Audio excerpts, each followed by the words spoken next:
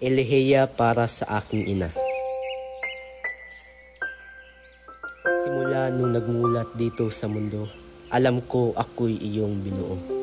Ako ay iyong minahal ng lubusan, at kahit ang sarili ay iyong napapabayaan.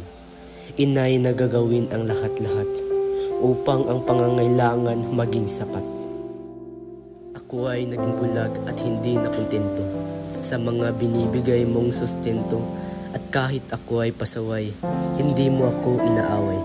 Inay kong mapagmahal, pasensya na ako'y naging hangal.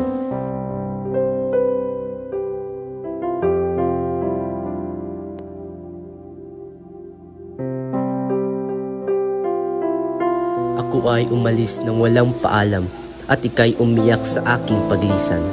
Ako ay naging hindi kontento sa buhay habang ikaw umaasa na ako'y umuwi sa bahay.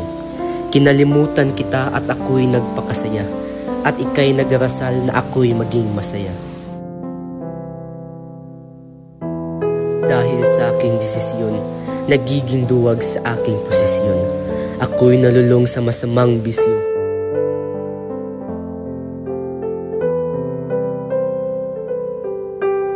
Habang ako'y nasa presinto, ika'y aking naalala at ako'y napaluha dahil ako'y nangungulila.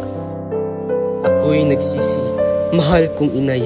Nung nakalabas ng presinto ay dali-dali akong nagbihis at bumili ng tinapay.